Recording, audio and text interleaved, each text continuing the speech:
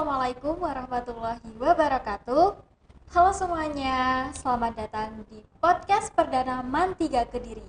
Man3 Kediri juara, jujur, unggul, aktif, ramah, dan amanah. Nah, kali ini bakal spesial banget nih, karena kita kedatangan dua narasumber yang mana yang pertama sosok yang sangat inspiratif, yaitu Kak Abda Abadan, dan juga sosok yang sangat berpengaruh besar untuk Man3 Kediri yang tak lain dan tak bukan Bapak Dr. Agdes Jamiluddin MPDI. Nah, langsung aja nih kita ke acaranya. Oke. Bagaimana kabarnya Bapak? Alhamdulillah, baik-baik saja. Alhamdulillah. Bisa langsung masuk ke pertanyaannya ya Bapak? Nggih, monggo. Oke.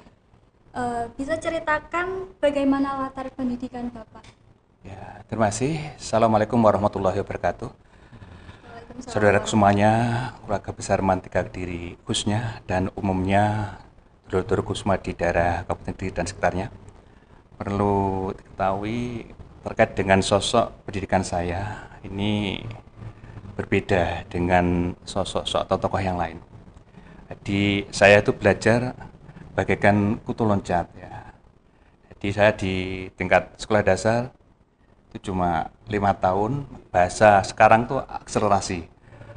Di madrasah sanawiyah saya cuma 2 tahun, di madrasah aliyah juga begitu sangat pendek sekali. Sehingga kalau kita lihat dari pendidikan saya dari mulai tingkat dasar, kemudian sampai di madrasah sanawiyah atau setingkat SMP di aliyah itu tidak kurang dari 8 tahun. Nah, ini kalau dibilang sekarang ya katanya anak super, tapi sebenarnya saya itu biasa-biasa saja. Kemudian saya melanjutkan di tingkat perguruan tinggi. Ini saya dibesarkan di Sekolah Tinggi Ilmu Tarbiyah Muhammadiyah Kediri itu pada tahun 1988. Kemudian kita S1-nya juga masih di Sekolah Tinggi Ilmu Tarbiyah Muhammadiyah Kediri tahun 91. Kemudian S2 saya di Unmu Surabaya, tak lulus tahun 1992. Itu terkait dengan latar belakang pendidikan saya. Di samping itu, anak semuanya dan saudaraku dimanapun berada, saya juga melanjutkan di beberapa program pendidikan. Jadi kalau sekarang pendidikan di luar sekolah, pernah juga menempuh pendidikan bahasa Inggris di kampung Inggris, walaupun tidak terlalu lama. Pernah mengecap di situ, kemudian bahasa Arab juga walaupun tidak terlalu lama, dan alhamdulillah agak-agak cukup dan lengkap begitu. Tapi namanya orang yang sudah biasa mempunyai suatu ilmu, kalau sudah merasakan manisnya ilmu, berapapun pendidikan kita akan mengalami satu kekurangan. Itu latar belakang pendidikan saya di sini. Nah, mau melanjutkan ke S3, ini gantian pada anak dan istrinya. Jadi cukup sampai S2 saja, ganti anak dan istrinya yang melanjutkan jenjang berikutnya. Saya kira itu untuk terkait dengan latar belakang pendidikan saya, Mbak. Oke. Kalau boleh tahu, Bapak ini asalnya dari Badas ya Pak? Iya, betul. Tepatnya di mananya Pak? Ya, saya ini asli saya bukan dari Badas. Jadi saya di daerah Kecamatan Wates sana, tepatnya di Desa Silir, Kecamatan Wates, Kabupaten Kediri, jadi di ujung selatan. Saya tahun 1995 dengan tugas pertama saya 93 di MTSN Puncu, kalau sekarang adalah MTSN 6. Ya, disitulah awal mulanya kenal dengan gadis desa dari Badas. Nah, karena itu mulai tahun itu 95 kita menikah di Badas dan alhamdulillah sampai Karangkerasan. Begitu datang ke sana tidak mau pulang. Jadi tanya begitu itu asli saya. Kemudian di Badas saya mulai tahun 95 sampai sekarang. Alhamdulillah. Kerasan. Untuk pertanyaan selanjutnya, bagaimana nih perasaan Bapak saat pertama kali menjadi kepala sekolah di Man3 Kediri? Ya, saya sebenarnya tidak menyangka ya. Kalau di masa-masa akhir tugas saya, jadi kayak ini kan tidak terlalu lama juga di madrasah. Kalau lihat masa kerja saya kan tinggal 3 tahunan, jadi sudah purna. Tetapi begitu saya menginjak tahun kedua, bulan keempat, ada tanda-tanda bahwa saya akan dimutasi di Man 3 Kediri. Kalau yang dulu adalah Man Kandangan. Ya. Pertama perasaan saya tentunya sangat gembira, ya, sangat gembira. Pertama, kenapa gembira? Ya, pertama dari daerah tempuh saya melaksanakan tugas jauh lebih dekat dari banding sebelumnya. Saya di MTSN 2 kurang lebih 51 km per jalan, PP berapa ya? 102 km. Alhamdulillah 2 tahun 4 bulan 10 hari apa saya hitung di sana lumayan dan kerasan. Begitu di tahun kedua, kemudian di bulan kelima, bulan Mei tepatnya ada informasi, saat tanggal 20 Mei 2024, ada surat panggilan, ada surat tugas, mendadak sekali malam Pak Kepala Kantor menginformasikan kepada saya, Pak Jamil besok ada pelantikan di Kanwil. Wah, batin saya, ya Alhamdulillah begitu. Tapi taunya saya di Man 3 ya di Kanwil itu, ya saya belum, tapi feeling saya jelas di Man 3, feeling saya. Perasaan saya tadi gembira karena hal pertama adalah dekat. Yang kedua, Man 3 ini adalah madrasah yang luar biasa. Artinya tidak sembarangan kepala madrasah ya, ditempatkan di Man 3. Kenapa begitu? Kalau kita lihat dari prestasi Man 3 ini luar biasa, banyak sekali toren-toren yang dapatkan oleh Man 3 Kediri, baik gurunya, kemudian tata usahanya dan para siswanya yang luar biasa. Maka begitu saya dilantik, saya tertantang. Maksud tertantang bagaimana? Ke depan bagaimana Man 3 Kediri harus lebih baik. Saya sudah bersyukur dekat, dekat, tapi harus lebih berprestasi lagi.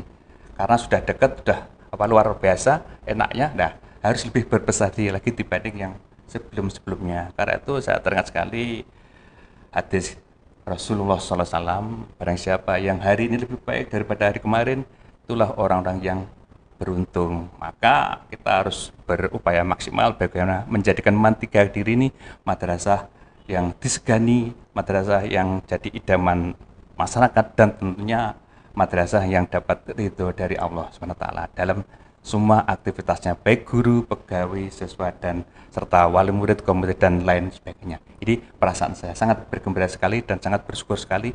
Bentuk syukur saya berusaha maksimal menjadikan Man 3 Kediri ini madrasah yang lebih baik, lebih bermutu, lebih berprestasi lagi. Tentunya itu saya tidak bisa sendirian, harus didukung oleh semua stakeholder yang ada di Man 3 Kediri. Gurunya harus kompak, wali muridnya harus kompak, kemudian wakanya harus kompak, semuanya harus kerjasama bahu-membahu satu sama lain. Makanya saya bersemboyan bersama-sama kita pasti bisa. Yang selanjutnya, jadi sebelum menjadi kepala sekolah di Man 3 Kediri, bagaimana sih perjalanan karir Bapak? Itu cukup panjang, Mbak. Kalau saya uraikan tidak cukup 1-2 jam ya. Cukup cukup lama juga. Bermula saya dipercaya sebagai kepala madrasah itu adalah dari lomba juga. Ya. Lomba tahun 2007. Saya ikut lomba ya sama-sama dengan teman-temannya di sini, itu seperti Bu Eva pernah lomba juara nasional. Saya waktu itu juara 1 guru berprestasi 2007. Nah, kemudian pimpinan saya itu mengapresiasi seluruh aparatur sipil negara Kemenak yang waktu itu Pak Harto sebagai kepala kantornya, pokoknya punya prestasi akan diberi hadiah. Hadiahnya apa? Ya ada yang jadi kepala madrasah, ada yang jadi pengawas, dan lain sebagainya. Begitu saya juara tahun 2007 itu mau ke berangkat nasional, tapi ternyata di nasional tidak jadi. Sudah terlanjur pimpinan memberi uang saku, memberikan baju yang bagus, tidak jadi ke Jakarta karena di Jakarta tingkat nasional tidak ada. Saya di tingkat provinsi. Itu hadiah dari kerja keras sebagai guru prestasi waktu itu, kata Pak Kepala Kantor. Tapi saya tidak bilang gitu. Namanya hadiah, menurut saya kan harus berupa barang, mungkin uang, mungkin barang yang lain. Tapi beliaunya ini kepala madrasah, saya kaget juga waktu itu, kok hadiah jadi kepala. Itu bukan hadiah, itu amanat tanggung jawab yang berat dan besar, tanggung jawabnya kepada Allah Subhanahu wa taala, kepada pemerintah, kepada masyarakat, dan lain sebagainya. Saya dipaksakan harus siap dan harus berani, dan alhamdulillah saya didamping beliaunya sampai apapun, memberikan bimbingan kepada saya yang akhirnya saya bismillah menerima amanah sebagai kepala madrasah. Walaupun waktu itu sudah dilantik, saya kembalikan SK ya, karena saya merasa belum mampu waktu itu perjalanan saya jadi kepala madrasah. Pertama kali saya diangkat sebagai kepala madrasah tahun 2008. Jadi saya ini tugas awal di MTSN Punju, kemudian CPNS, PNS di MTSN Punju waktu itu, diangkat jadi kepala madrasah juga di MTSN Punju. Kurang lebih saya di sana adalah kurang 19 tahun. Jadi CPNS, PNS jadi kepala madrasah. Kemudian 4 tahun berikutnya saya dimutasi ke MTSN Jombang Kauman yang sekarang menjadi MTSN 7. Di sana kurang lebih 4 tahun lebih 1 bulan saya dimutasi ke MTSN Model Pare, kalau sekarang MTSN 1 Kediri. Di situ saya kurang 4 tahun, jadi 3 tahun 9 bulan 25 hari. Nah, kemudian dalam perjalanan lagi saya dimutasi lagi ke MTSN 3 Kediri, kalau sekarang dulu adalah MTSN Purwasri. Ini sejarah dari saya menjabat sebagai kepala madrasah. Dan di MTSN Purwasri yang sekarang MTSN 3 Kediri itu, sana saya hanya beberapa tahun sudah ada COVID yang luar biasa. Tantangan berat buat saya pertama di situ, tempat tugas baru, ada COVID, pembelajaran yang harus diatur pakai online dan lain sebagainya. Alhamdulillah kerja keras bersama-sama teman-teman di sana. MTSN Purwasri juga luar biasa. Kemudian selanjutnya di sana 4 tahunan lebih sedikit dimutasi ke MTSN 2 Kediri, tepatnya di MTSN Kediri itu tepatnya di Kanigoro, Kecamatan Karas, ujung selatan dekat Tulungagung, kemudian di Blitar. Itu sejarah kaitan dengan perjuangan saya sebagai kepala madrasah yang akhirnya ke MTSN Keman 3 Kediri ini per 20 Mei 2024. Baik, Bapak. Nah, untuk sekarang tantangan terbesar apa yang Bapak hadapi di pendidikan saat ini dan bagaimana cara Bapak mengatasinya? Ya, bicara kaitan dengan permasalahan dari hari di bidang pendidikan itu cukup kompleks. Saya ada di 7 madrasah, itu modelnya juga beda-beda. Masing madrasah ini punya mohon maaf ya, kesulitannya ini, kelemahannya ini. Ya. Tantangan-tantangan itu harus dijawab dengan lapang dada dan harus diusahakan bagaimana tantangan itu bisa dihilangkan. Nah, akhir-akhir ini tantangan kita adalah pada teknologi penggunaan medsos yang kurang pada tempatnya. Nah, karena itu di madrasah yang sekarang ini kita eranya digitalisasi. Nah, kalau anak-anak setiap hari misalnya membawa HP, kita tinggal semuanya. Semua ada plus dan minusnya. Kalau tidak hati-hati justru HP ini jadi bumerang. Karena apa? Tidak sedikit anak-anak saya di mana-mana ada kasus penggunaan HP itu cukup tidak sedikit, berarti agak banyak. Kasusnya apa? Macam-macam. Ya, macam-macam. Karena itu digitalisasi harus dijawab dengan baik. Ya, itu pertama adalah penggunaan medsos atau digitalisasi yang kurang pada tempatnya. Yang kedua, motivasi masing-masing siswa. Di masing-masing lembaga madrasah itu berbeda-beda. Ada yang semangatnya 45, ya ada yang biasa-biasa saja. Nah, bagaimana nih yang biasa-biasa saja kita gugah, kita motivasi untuk belajar lebih baik lagi ke depan, lebih berprestasi lagi. Nah, ini tantangan tidak gampang, perlu semacam doa, perlu semacam motivasi baik kepada anak-anak sendiri ataupun pada saat kita sholat fardu atau sholat malam itu harus mendoakan. Itu tantangan. Yang terakhir tantangannya itu tadi ya, yaitu tentang tadi motivasi ya. Yang terakhir ada tantangannya anak-anak sendiri yang kurang maksimal di dalam belajar. Artinya apa? Tugas-tugas yang diembankan, yang diberikan oleh Bapak Ibu guru, saya sering menemui beberapa anak, tapi alhamdulillah di Matika tidak banyak, itu ada kendala kadang-kadang dari sisi di rumah kurang belajar tekun karena mungkin dari orang tua, dari saudaranya dan lain sebagainya kurang ada perhatian yang serius. Jadi tantangan-tantangan itu harus dijawab dengan sebaik-baiknya, dengan lapang dada, dengan motivasi, dengan memberikan ribet kalau ada anak, kalau ada peserta didik, ada para guru, ada para pegawai mempunyai prestasi. Itu menjawab untuk mengurai tantangan-tantangan yang ada di sebuah lembaga, tentunya yang sekarang ada di Mantiga Kediri. Baik, Bapak. Nah, selanjutnya apa upaya yang Bapak lakukan untuk memajukan Mantiga Kediri? Terima kasih, itu cukup banyak ya. Upaya-upaya bagaimana menjadikan Mantiga Kediri menjadi madrasah bermutu, ya, kemudian maju mendunia. Sekarang lagi itu ya, yang kita punya semboyan slogan madrasah juara. Pertama upaya yang harus kita lakukan pertama kali input siswa. Ya. Input siswa harus betul-betul kita seleksi. Artinya siswa yang masuk di Mantiga Kediri ini tidak sembarangan siswa bisa masuk. Kenapa? Karena keterbatasan sarapras yang ada di Mantiga Kediri ini tidak memungkinkan kalau seluruh lulusan SMP, MTS, jika buat diri saja daftar di Mantiga Kediri bisa masuk semua. Maka harus kita seleksi masuknya. Nah, itu pertama untuk memajukan mutu.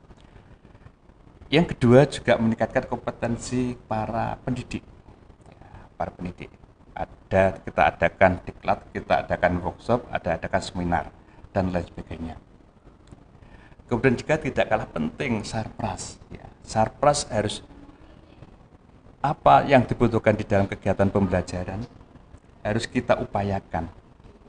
Nonsen bisa berprestasi dengan baik kalau sarana prasarananya adalah biasa-biasa saja. Maka saya berupaya maksimal bagaimana sarana belajar anak-anak, guru dan lain sebagainya ini dari tahun ke tahun kita upayakan ada suatu peningkatan yang lebih baik lagi. Dan alhamdulillah Mantiga Kediri tiada hari tanpa prestasi.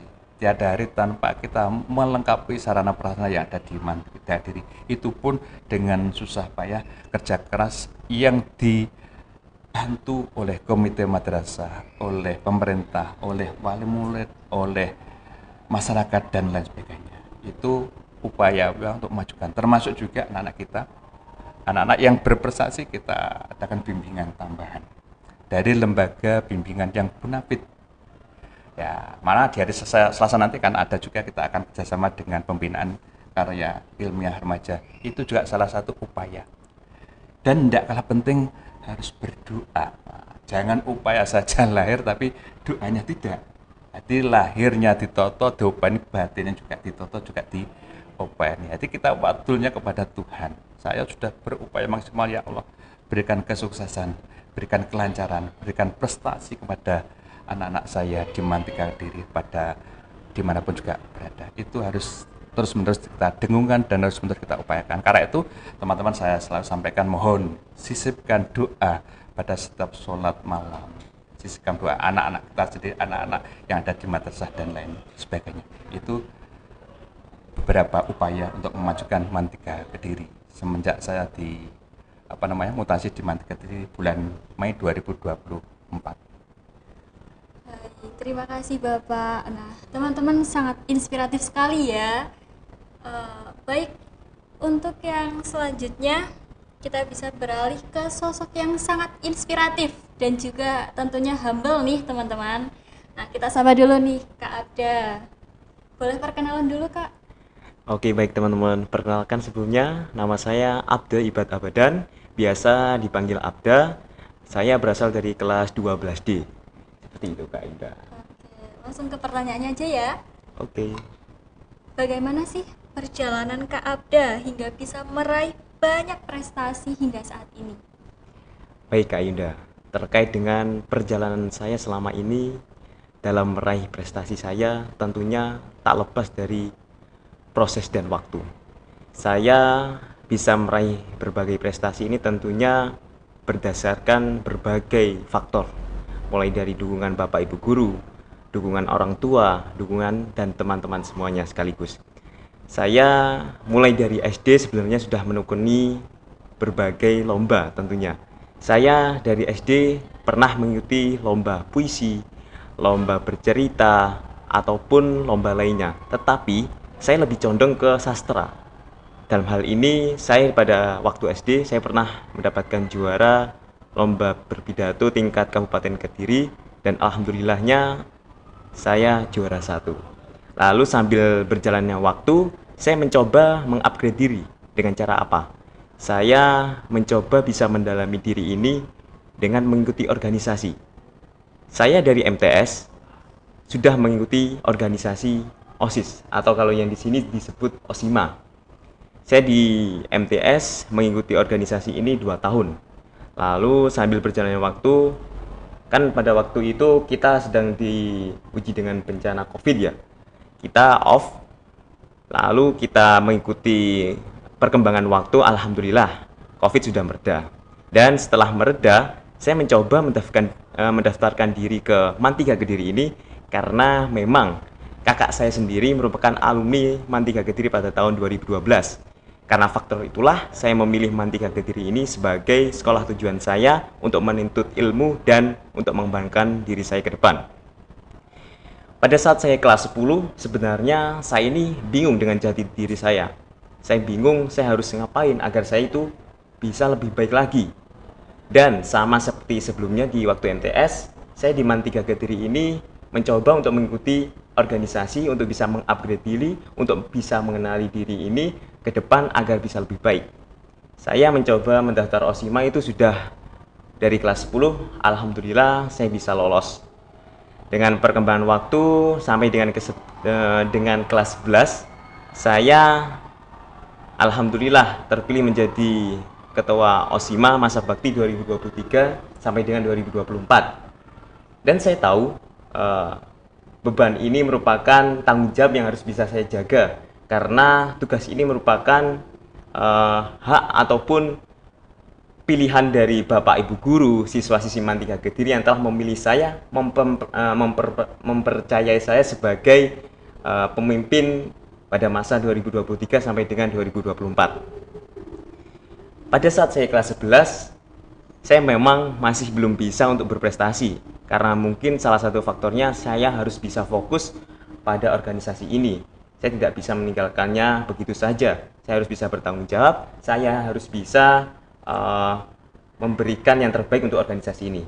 Lalu mencoba pada kelas 12. Di saat itu saya sudah purna tugas menjadi ketua OSIMA. Saya pengen untuk bisa berprestasi. Lalu saya mencoba berpikir prestasi apa yang bisa saya raih. Lalu saya teringat, saya waktu SD pernah mendalami sastra. Salah satunya ada puisi, ada berpidato, dan lain sebagainya. Alhamdulillahnya di Mantiga Kediri ini kita difasilitasi untuk bisa memberikan prestasi, untuk bisa menorehkan prestasi ini dengan segala fasilitas yang ada. Salah satunya Bapak Ibu Guru yang berkompeten untuk memberikan kita bimbingan, yaitu dengan cara kita mengikuti lomba, dibimbing oleh Bapak Ibu Guru, diberikan support, dan lain sebagainya. Oke, prestasi apa nih yang paling berkesan untuk Kak Abda? Coba ceritain dong struggle serta perjalanan untuk meraih itu. Oke Kak Indah, terkait dengan prestasi yang menurut saya berkesan yaitu ketika saya mengikuti lomba Mas Dito World 2024. Pada saat di situ saya memang Oke teman-teman, terkait dengan prestasi yang saya rasa luar biasa atau yang bisa disebut teringat di pikiran saya yaitu ketika saya mengikuti lomba Mas Dito World 2024. Di situ saya mencoba berbagai hal-hal baru karena memang ketika saya belajar di Mantiga Kediri ini, keterampilan saya sangatlah berbeda dengan latar belakang ini. Saya berasal dari keterampilan rekayasa perangkat lunak atau RPL. Tetapi pada saat saya mengikuti lomba Mas Dito Award 2024, saya harus bisa menguasai berbagai ilmu-ilmu baru. Salah satunya bagaimana cara kita memproduksi film, bagaimana cara kita membuat film. Jadi otomatis saya harus bisa mempelajari ilmu-ilmu baru yang tidak saya dapatkan ketika saya belajar di kelas RPL atau rekayasa perangkat lunak. seperti Kak Yuda. Dan prestasi yang saya rasa berkesan adalah ketika saya mengikuti Lomba Mas Dito Award 2024. Lomba ini merupakan ajang lomba film pendek dokumenter tingkat pelajar sekarisidenan Kediri atau di tingkat Kabupaten Kediri yang mengangkat tema kearifan lokal. Pada saat itu saya mencoba berpikir, saya harus mengangkat cerita apa. Setelah saya berpikir dengan ibu guru pendamping saya mendapatkan ide untuk bisa mengangkat desa saya ini, yaitu Desa Kandangan, karena kebetulan saya adalah memang putra daerah Desa Kandangan. Saya teringat pada saat saya masa kecil saya pernah melihat sebuah adat di desa saya, yaitu Desa Kandangan, dengan adat nanem pi golek kencono atau menyembelih boneka. Dengan ketika saya teringat oleh adat tersebut, saya mencoba menggali informasi. Apakah adat istiadat ini bisa dijadikan sebuah film dokumenter? Lalu saya mencoba untuk menggali informasi kepada berbagai narasumber. Salah satunya ada narasumber sesepuh di Desa Kandangan untuk agar saya bisa wawancarai terkait dengan sejarah, terkait dengan adat tersebut itu seperti apa. Jadi dengan tema tersebut saya mencoba agar bisa mengangkat adat di Desa Kandangan saya ini, mengangkat adat di Desa Kandangan ini, yaitu dengan nanam pi golek kencono ini, agar bisa memberikan wawasan yang luas kepada teman-teman semua, memberikan wawasan yang luas kepada masyarakat luas betapa pentingnya kita agar bisa menjaga adat istiadat selama masa yang akan datang, karena ini merupakan sejarah bangsa kita ini. Oke, nggak terasa nih kita sudah sampai di penghujung acara. Terima kasih kepada dua narasumber kita yang sangat-sangat inspiratif. Saya Aida Salsabila pamit undur diri. Sampai jumpa di podcast selanjutnya. Wassalamualaikum warahmatullahi wabarakatuh.